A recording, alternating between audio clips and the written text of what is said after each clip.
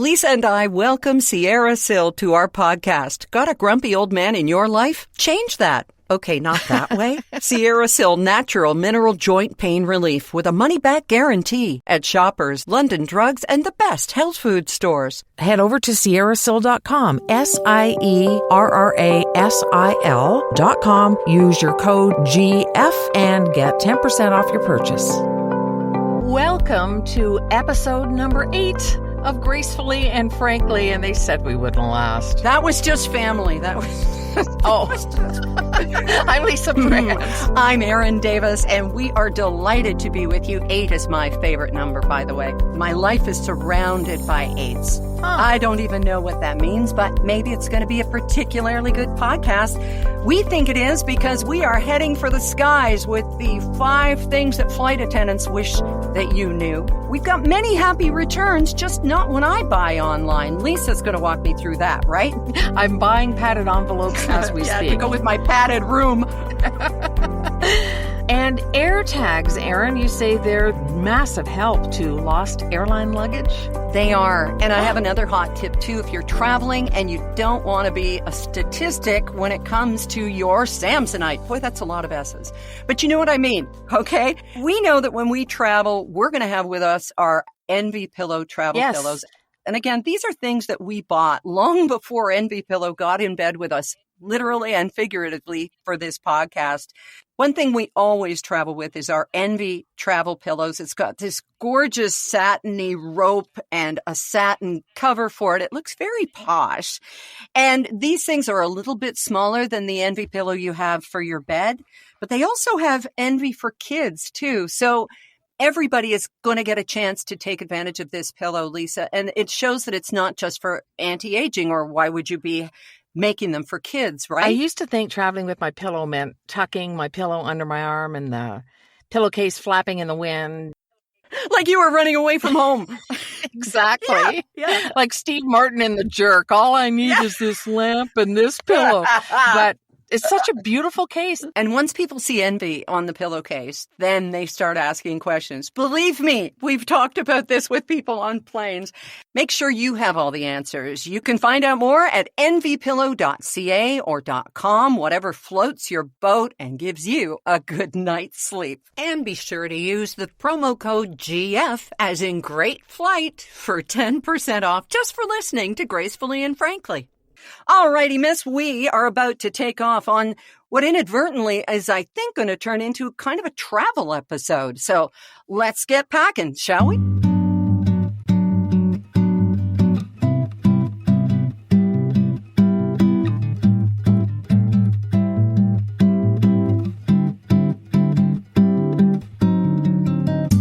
So we shop locally. We talk about shopping locally. Of course we shop locally, but sometimes online is too good to pass up, right? Yeah, well, absolutely. I have the most amazing story about Poshmark. I had never heard of this company before. It's a resale where either, I don't know if it's actual vendors, I guess some of them are, or it's somebody who got, grandma's mink stole and wants to pass it on to somebody. But when we moved here 6 years ago now from Ontario to North Saanich, it's a kind of a temperature during the winter that's usually like 5 degrees and kind of rainy or foggy. And I really missed this coat that I had in Ontario, but I had loved it to death and gave it away. So I get out here, and this coat I had bought, Lisa, in the late 80s or early 90s. It was Linda Lundstrom, if you remember that designer's name. All shoulder pads and sure do. But fleece inside and sort of a satiny outside, down past my knees and with a hood. That one was cream. So I thought, oh my gosh, wouldn't it be nice if I could find another coat like this? Well, I did. And it was priced at about $40 from somebody in Newfoundland. And she sent it to me. I bought it. I get more comments on this old coat, which looks new and is new to me, than almost anything I ever wear outside. So from that moment, I became hooked on Poshmark. And you're saving it from being just tossed away or whatever, although it sounds like it's in exquisite condition, but you're contributing to the recycling economy, the reuse, and, Yeah. maybe when you're done with it, it will go to Goodwill, or who knows, or maybe you will never be done with it, but it's very trendy and very planet friendly, Erin, so I'm all in support. Well, the other things I found were a sportswear designer I just adore, but his stuff is way too expensive. And I found a turtleneck and a zip-up jacket, and they were both, I would say, half the price they would be in stores. So I was very happy with that, but I did make a purchasing mistake. Uh-oh. Yeah, I bought a bathing suit. It wasn't used, and frankly, I wouldn't care if it was used, because if I put it through the washing machine, whatever cooties are there are going to be gone. That's my point of view on this. And I know a lot of people are just completely grossed out by that.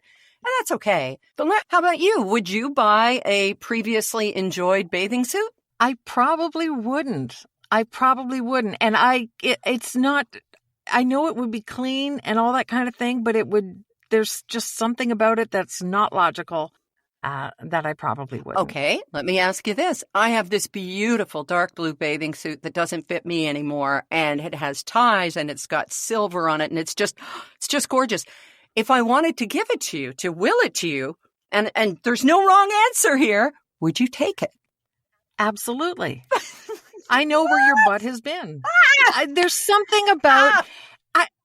It doesn't make sense, I know, but it's something about someone I don't know. I don't know. I can't explain it. But yeah, that would be different. That would be coming from you. I know that you're a tidy, clean person and all these things. So. All right, I'm completely changing lanes here. Just until we come back to the used clothing thing.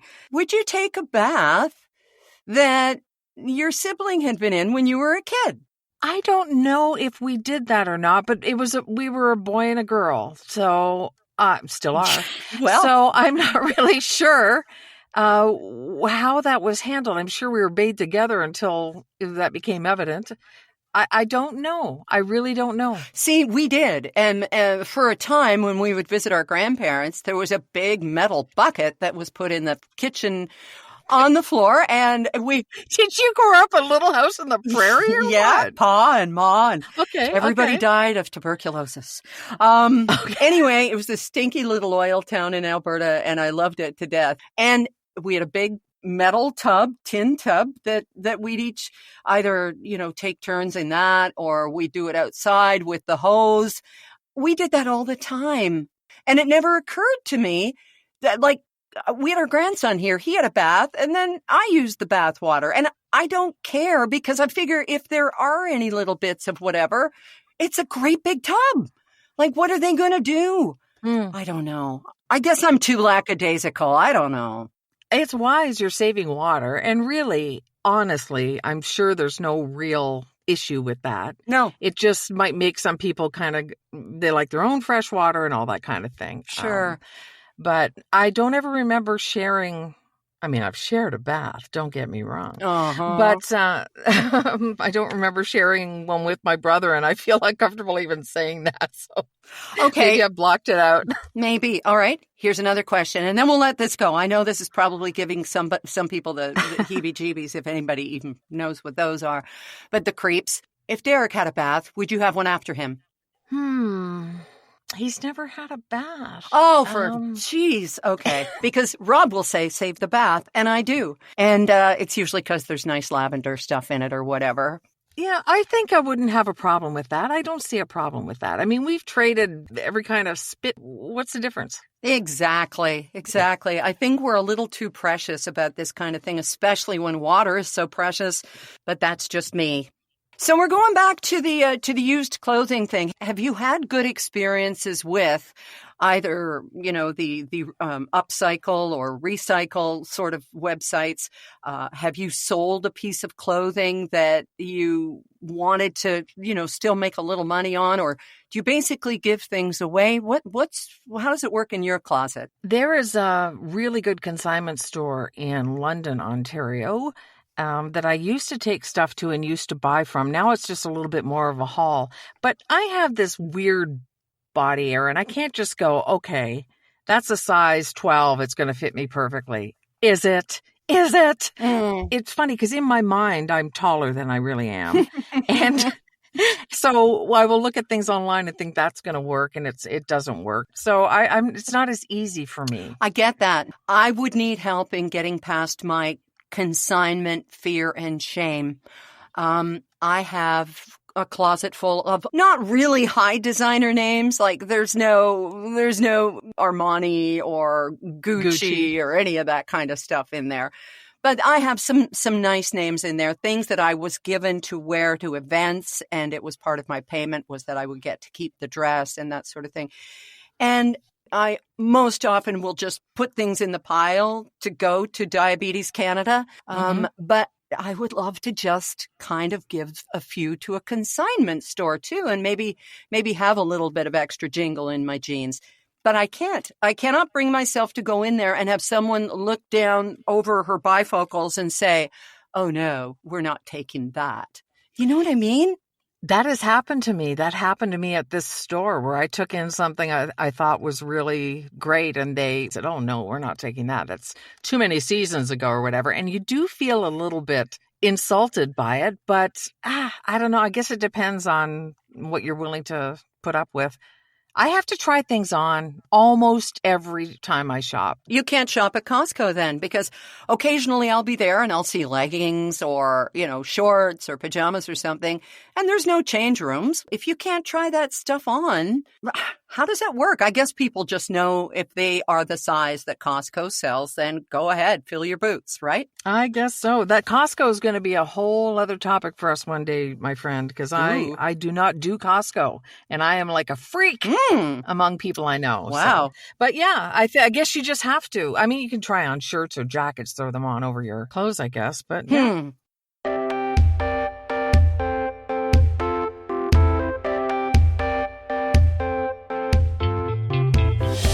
One thing about Costco that we'll save for the Costco discussion one day, but we were in there buying something the other day and Rob said, oh, I know, it was an electric shaver. Who buys a shaver after Christmas? Thanks, Rob. That would have been really nice for you to tell me 2 months ago. But anyway, he bought this shaver and a really nice guy said, look, we'll take it back no matter when. And Rob said, really, even if I've used it? And he said, oh, yeah, that's our policy. And most of the time it works out for us. But he kind of rolled his eyes and he said, some people will bring back like half a sheet cake and say, yeah, none of my company liked it. Really? But they ate half of it. Okay, well, sorry for the people who had to, be sick because the cake was not up to their standards. So there are always going to be people who abuse it, but I can't. I can't return things online. I did return some pepperoni to Costco a couple of weeks ago. We got them out to the car, and thank goodness we saw that there had been a puncture and the pepperonis were green, not in a good ecology way. So, yeah, I can return stuff at Costco, but Lisa, I have never returned anything to Amazon or to Poshmark. What do? Have you returned stuff? Oh, yeah, but only if I have to feel very strongly about it, that it doesn't fit or whatever. But yeah, I've had no problem returning some stuff. And it's funny, some of the things that happen. We got shipped the wrong sideboard for our dining area, and it was just the completely wrong one. And long story short, we ended up keeping that one, getting 20% back, and getting the new one shipped to us. Just because we were honest and sent them pictures and told them it was the wrong one. And we didn't have to ship it back. Wait a minute. You skipped over it. You skipped over the most important part with a yada, yada, yada there, Elaine. How did this happen? Okay, so there was damage. You told them there was damage and they just went, just keep it. What? It was it was the wrong one. Okay, yeah. It was the total wrong model. And we told them that. So they put us on FaceTime with somebody. We showed them all the parts and how it was the wrong thing in this massive box. And they said, okay, we'll ship the new one. We're going to give you 20% off for your trouble. And then we'll let you know what we want you to do with the original one. And about a week and a half later, they said, just keep it. It's too much of a pain. we put it together in another room through no fault of our own. So sometimes it's worth it to return what it is you have. Yeah, no kidding. Yeah. I have heard that with our daughter-in-law, Brooke, has some much better stories than I because she's a very adept online shopper about people who they have problems, and rather than ship it back, the company, whether it's Wayfair, which I don't shop with anymore because their number one guy is a huge Trump donor. But anyhow, so I've never returned anything. And I got this bathing suit on Poshmark. And it's brand new, still with tags. It's gorgeous. It's one of those miracle suits. It says, it reduces 10 pounds in 10 minutes. Well, yeah, 10 minutes is how long it takes to pull the sucker on. But anyway, I got it on and I have a long torso because you know how you think you're tall? Well, I guess I think I'm shorter because it was the right size, but not long enough. So I think I have to kind of slouch over if I'm not going to feel like it's pulling me from stem to stern, if you know what I mean. You have to send this back. Send it back. It's easier than it sounds. I mean, you have a legitimate reason. You can't use it. You've paid for something you can't use. I'll package the thing up and send it back for you. Yes, I'll get my people to do it. You be my people. I'll be your people. I can't stand it. You could get something that fits you better. Part of the problem is because it's not Jeff Bezos and some faceless company, it could be, Sheila in Sudbury who is making a little business by buying things from stores that haven't sold. And she thought she sold this bathing suit, and then I got to ruin her day. I know, I'm nuts. It's okay. But if she has a return policy, or Poshmark has a return policy, they have to expect that. And it's not like you've worn it to some she pool party and then decided, well, I'll send this back and get the money. You're being honest and legit, as you always are. So really, you may as well have taken the money you spent on the bathing suit, gone in the backyard and set it on fire. Oh, we do that in the house, Lisa, to kind of keep things warm. Oh, my goodness. 20s only, though, oh, right? my God, the creosote that those bills cause in our flu? Unbelievable. But okay, yeah, seriously. All right, I will go and look at the sales agreement and just give it a go. If it says no returns, you're off the hook, and then you can let out a sigh of relief and give it to the diabetes collection. Yeah. Okay, all right.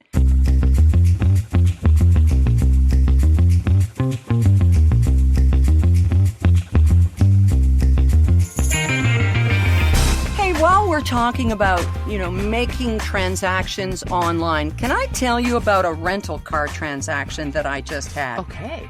And you're going to be the beneficiary of this because Lisa and one of my sisters, and boy, was that a Sophie's choice. Anyway, and two other friends are joining me this month for a brief and wonderful visit to the tropics.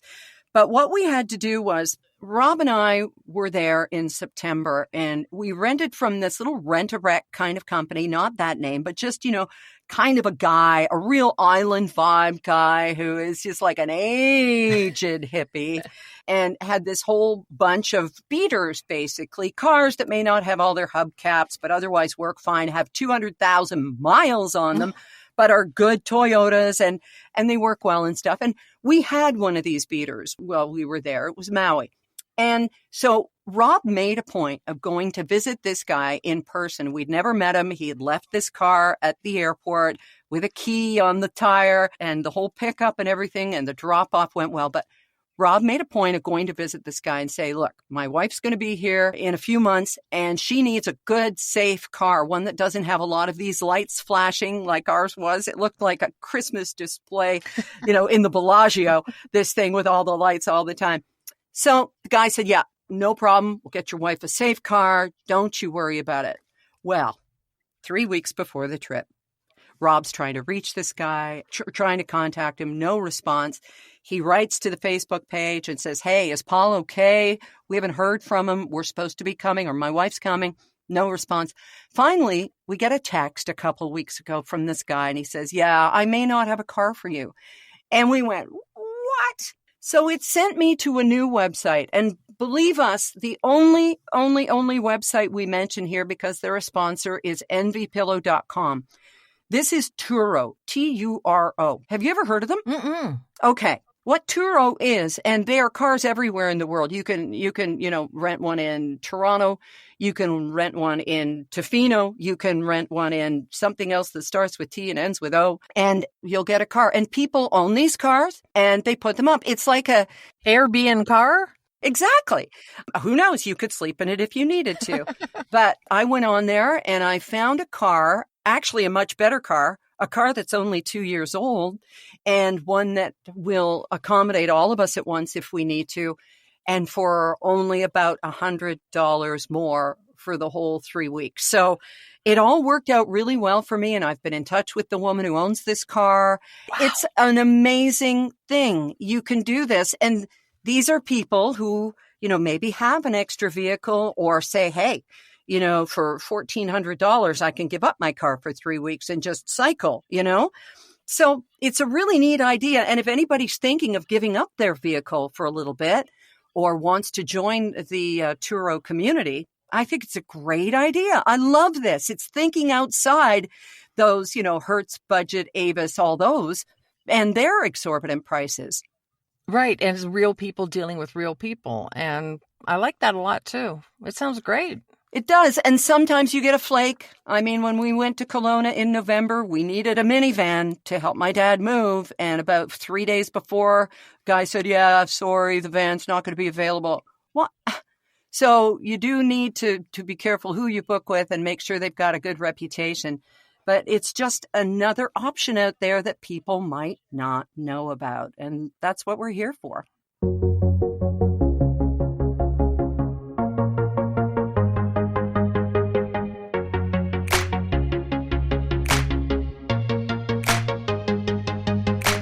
All right, Lisa. So we're in our newly bought used clothes. We've got a rental car waiting at the other end from just some woman who's renting us a car. Now you're on the plane. You've gotten the middle seat. Did you hear about the Australian carrier that is offering prizes to people who book the middle seat? Yeah, because no one wants them. I've been trapped in there before. Yeah. It's not fun. Oh. I don't blame them, but yeah. I haven't seen a lot of the things that other people have seen. Some do, but the one thing that drives me bananas to see on a plane. Can I guess? Go ahead. Can I guess?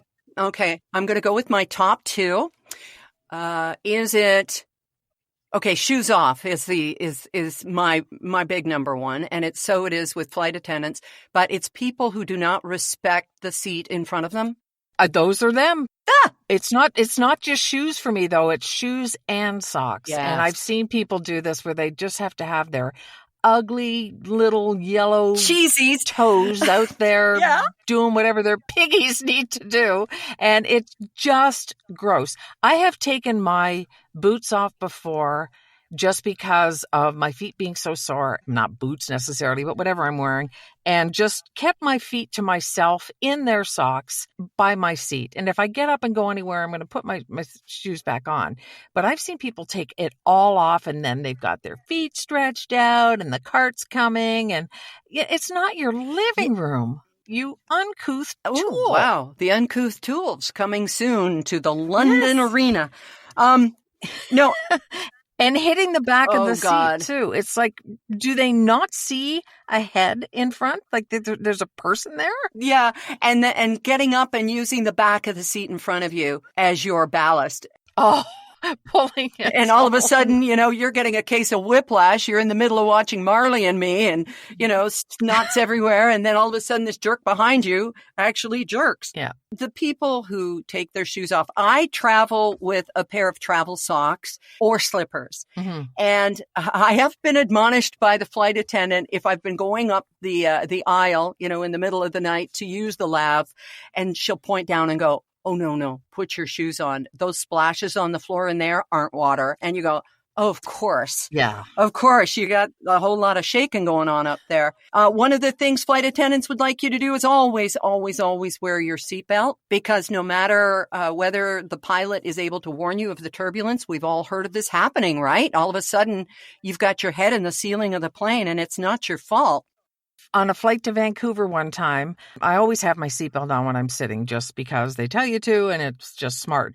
But we hit some sort of weird turbulence, and within about 2 seconds, we were all Ooh. up above our seats, like the plane dropped. Oh, And the band was on the lowest part of our hips, and everybody was just sort of forced up. It was the strangest thing, and I've never forgotten it, and always wear my seatbelt now, just in case. we started out talking about the middle seat and how you detest it and how everybody does, unless you're traveling with a mate and you can raise that armrest and sort of rest against each other. I think I read somewhere that according to a survey, probably of people who've been stuck in the middle seat, they deserve both the armrests. And I kind of believe that. But it's it's getting buddy or ma'am next to you to relinquish that armrest. But really, truly, if you're stuck in the middle seat, it's just the kind thing to do. And kindness isn't always first in everybody's minds, especially when we're traveling. Right. We're nervous and thinking about ourselves and that kind of thing. Do you ever had anyone fall asleep on you? No, only during my drift sleep casts, Lisa. Oh, how apropos. I had a kid sitting beside me, just sort of leaning on my arm, falling asleep. It was the cutest thing. And his parents were on the other side of the aisle, and they were looking at me like, "Oh, sorry." And I'm like, "It's fine." Aw. But I think it was only because it was a kid. If it was, an adult with a giant head who was trapping me there, it would have been a little bit different. Yeah, no kidding. And the number one thing for flight attendants that they request is don't expect me to read your mind. When your flight attendant walks down the aisle to take your drink order, be as specific as you can. If you want a coffee, mention that you want cream or sugar or sweetener. But mostly they say, just take your earphones out for a second and pay attention so we can keep things moving for the rest of the passengers.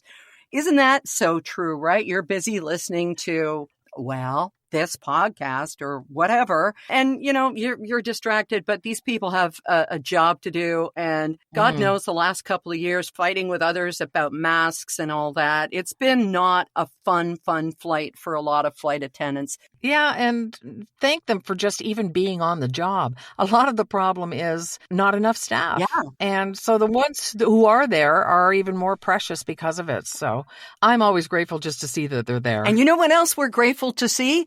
Our bags. Can I just give you one tip, if nothing else from this podcast ever, except for what Lisa has said, which is always much more valuable and wise than what I have to say. Oh, please. Listen to me now or hear me later. Buy the Apple AirTags. Spend the money. It's $120, $130 for, I think, 2 of them. Buy the Apple AirTags. Tuck them in your suitcases if you're checking them. Even if it's your carry-on, you can get separated from your purse or your carry-on or your backpack. You have a couple too many mimosas, you might leave that bag under the seat. But please buy the Apple AirTags. Lisa, when I had my travel debacle in November, after 7 hours in the Edmonton airport on my way to Toronto, I was able to get to Pearson, standing there, almost tears in my eyes, as the luggage carousel went around and around, and Rob texted me and said, "Honey, your bag is in Edmonton." Wow. And I said, "Honey, your bag was in Edmonton, but I'm in Toronto now. What are you talking about?" And he didn't mean me. He meant my suitcase. And he was able to tell me the entire next day and the day after where it was and if it was going to get to me in time for my gig so that I could have the right clothes. So please, even if only for peace of mind, they have been found in back alleys, in suitcases that were stolen. So many stories. And of course, AirTags can be used for nefarious reasons. That's not what I'm on about. You take care of you. Have you got them yet, Lisa? I'm not with Apple. Oh. I am Android. I don't have anything Apple in my life. I left that cult some years ago and got rid of all my Apple stuff. So what am I supposed to do? Well, here's the other tip I have for you, and I'm sure that there's Android tags. I don't know how you people live. Just look it up yourself. I can't do everything for you. What I'm going to suggest is with you and your travel mate, whether you're doing carry-on or whether you're packing, spend some time before you go through where you drop off your luggage and just put half your stuff in her bag and vice versa, so that if one of your bags gets lost, you will still have your own underwear. And I know you'll borrow mine. We've already established that. That's But right. No. There are Android luggage tags, Erin, so I should probably make the purchase, right? That's my slow clap for you. I'm very happy for you. No, really, I am. Get the damn tags. That's what I'm saying. All right. All right. And on that note, all our bags are packed. We don't know where they'll go.